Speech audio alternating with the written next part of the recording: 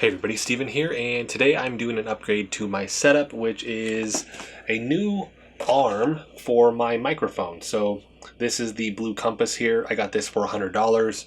A different setup than the regular like scissor arm that I have here that I've used now for about the last year. I like it. It obviously makes a noise, not really fond of that. It's thicker than the one I had before, because the one I had before, I can't remember the name of this brand, but the previous one was the newer brand, and with that it actually had springs on the outside, so it's actually a lot louder. But with this, I'm hoping to actually potentially change the location, because this is right at the edge here. I may put this more towards the back corner, but we have it here. It is fully extended with this. That's why the box is so long. But it was between this and I think the Gator is the other brand that I was looking at. So we'll get this thing undone here. All right, that is it. So inside the box, we have, however that is situated there, we have the manual.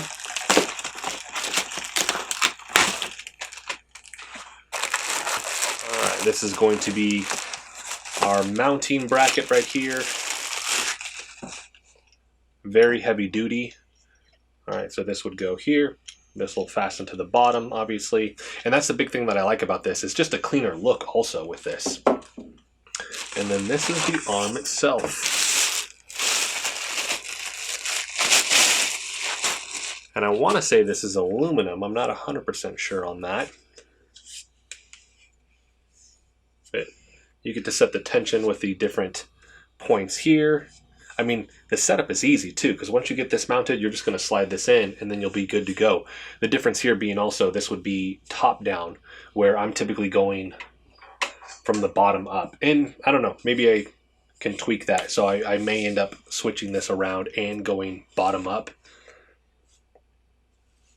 We'll see. Once I get this actually on there, I'll be able to tell more. But I do like the cable management system with this. This I'm using just the Velcro straps here, right? This, it actually hides on the inside, which is very, very cool. And I think these just clip out if I, yep, simply just pop that open and then you clip it shut. So super simple. Setup shouldn't be a problem with this, but it tells you here, this direction only, tells you right there. And then tension, optional tension adjustment. That would be for the screw right here on the bottom. And it tells you that with the little sticker, but I'll be obviously taking those off here. And then if I wanted more tension with these or to fasten it, you could do that as well. So how much it's going to move within each joint, you get to have control over that. So let's go ahead and get this thing set up. Like I said, I may tweak position. I'm going to toy around with that for a moment before I finally figure out which one I like best. We'll cut back. I'll talk about the experience with that, and then we'll wrap everything up. All right, so we are all set up here. Setup was extremely quick, easy to do. You put your seat clamp wherever you want on the edge of your desk, and then you just put this in it. And then outside of that, all you're going to do is adjust any of the points of tension that you need to adjust here. So we have our 3 on the actual arm, and then on the bottom you can adjust the overall tension if you need to. So setup quick, easy. I do like the hidden channel here for hiding that cable. Very, very nice. I had this more towards the corner, which was kind of the big hope with this, but I noticed it just doesn't have enough reach. So at a horizontal orientation, this has 32 inches of reach with it, but it can't go lower than this. So it ends up kind of putting it right in the middle of my view here if I'm playing games and trying to record. That's just not going to work. So I always bend it just a little bit, and then I can get this exactly where I want it to. So some things that I've noticed with this though. So I definitely think setup is by far the easiest that I've done. I love the hidden channel with being able to do this. I've made the adjustments for this so that it's pretty sturdy, but I've noticed something where everybody's kind of complained about, regardless of how much you adjust this, you're just going to get this little bit of spring. I think part of that may have to do with most of the images on this. This is hanging, I mean, the mic is kind of upside down. It's hanging more like a bat, right? Which is more what you see with musicians So it's hanging more like this, or radio host or anything like that. So this is more of the ideal orientation versus how I have it. So I think I'm kind of working against myself with that.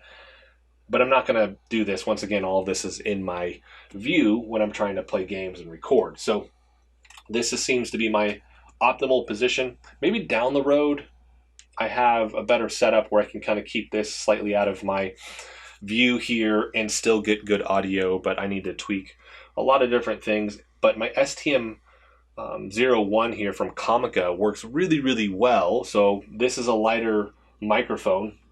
I do like it in the shock mount. It seems to work well, but this has to be less than 2.4 pounds. So outside of a microphone that weighs that, I mean, if you go heavier, maybe it's going to droop more. You may find other issues.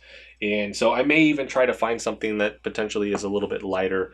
I thought about the the SMB7 from Shure. I know a lot of people are using that, but that's a very, very expensive microphone. So at that point, maybe I then change the orientation of how this is kind of laid out, depending on how well it picks up. But that seems like you have to be a lot closer, which is, again, why I keep this orientation, because I'm usually close to the microphone. I'm not crazy far away from it. Some downsides that I found with this, outside of the subtle droop, I don't think that's a huge issue for me at least, but I haven't seen anybody talk about this. When I bend this up and then I pull it back out, what happens to the middle of the cord here? You end up with this, and then if it's a visual thing and I find myself kind of feeling OCD about it, like I have to straighten that out. So I've noticed that when you rotate this, it's going to hit a kind of end set point, but it may be that it hits it here, and so you're almost going to need to crank this over to get it set where you need it, or you're going to have to unthread it, right, and then put it at a different start point to thread that back up. So minor annoyances with that.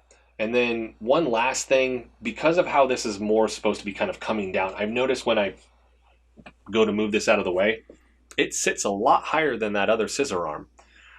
So I wasn't expecting that, but then again, like I said, with this, that makes sense because this is almost supposed to be turned upside down. It's supposed to be pulled where it's going to rest more like this. And then that makes a lot more sense. But I'm not doing that orientation. So something to keep in mind, if you're keeping your microphone like I am, that may be something that you run into. And I've thought about, hey, I'll just kind of keep it off to the side behind this. It won't be, but then I don't know why, but if it's in my peripheral view, it just annoys me. So I don't like that. Now my wife's nightstand is right here. I've mentioned that right now until we get our new house, I'm in my bedroom. But her nightstand being there, I can't push this way over. So that's another issue potentially, is that I don't want it to get into her space either. It's not a huge deal, but I definitely think people need to be aware of that just because of the space that it's going to take. And like I said, that's really more to do with the orientation that I keep the microphone. If you're going to flip it the other way, I don't think it's going to be a big deal at all. It's not making any noise like the scissor arm. I like that. So compared to the scissor arm, for the orientation I keep this in, the scissor for that is more compact. But, I mean, you guys heard it. It's making a ton of noise. It doesn't seem, in terms of the material, that it's nearly as durable as this. It doesn't have this hidden channel for the cable. I like that as well. And with that, I end up using kind of my Velcro straps to actually hold that. And that just, I don't know. If you are into the aesthetics of your build, this is very aesthetic for that look. It's just an annoyance when you see the Velcro on that. And that's just my personal opinion. So with this, I'm happy with my purchase. I need to potentially kind of try some more things out, see what I like for this actual position. It is further back than the other scissor arm is, but it couldn't go quite as far back as I was hoping. Then again, I don't know, maybe I put it on this back corner and I end up doing more of a, hey, it's going to come top down in the future. I don't know yet. So we'll see. I need to look at some other microphones potentially, may test it out with this. But that's going to get me kind of into the weeds with going down and maybe getting a soundboard and things like that, so I can tweak some of the gain and things with this outside of just inside of Adobe Premiere Pro. So happy with the purchase. Is this worth $100? I mean, I think that's really your call based off the information that I've given you. I really like it. If I'm on a budget, I'm not going for this. If my budget's more 50, I'm going to go for something else for sure. And I'm not going to try to save up. This may be one of the last things I'm going to look at spending a ton of money on. unless you're doing something like podcasting and things like that, where this has to be durable just in case somebody smashes it or anything like that. I have seen on Amazon a couple people have experienced some breaks with this. I think that has to do more with too much tension, and then they just keep as they shift it over and over and over again, they're railing against that tension. And maybe at that point, yeah, it's going to start to bend something or break something or crack something. But so far, I don't know if that's going to be the case. I may do a follow-up video as well down the road and say, hey, man, it's been 6 months and this thing is still working really, really good for me. So I almost went with the Gator. I can't remember which one. That had twist knobs. These are okay. I've noticed when you twist them, like that's super tight for this. I have noticed that I would have liked something different. So the Gators looked better. It also has their name on it, so it's like Gators on all of these. I didn't really like the look of that, but I do like the notion of the twist knob versus this where you're trying to bend it. But everything's internal to this, which is a huge plus, which just leads to the clean look. So that's going to be it for this one. If I didn't answer any of your questions with this, let me know in the comment section. I'm pretty pleased. I mean, it's making a good first impression outside of some of these small quirks that it has, but I don't think those are deal breakers, at least not for me. But something to be mindful of if you're going to buy this. Down the road, I may get that Gator also and then do a comparison and then also do it to my scissor arm that I was using. That one, you guys heard the noise with it. Maybe get something that's similar style that maybe is a little bit more durable, like the Rode that they have with their lineup. But that's going to be it for this one, everybody. If you like the video, hit the like button for me. If you want to continue to follow along with all my content, hit the subscribe button for me. Thanks so much for watching.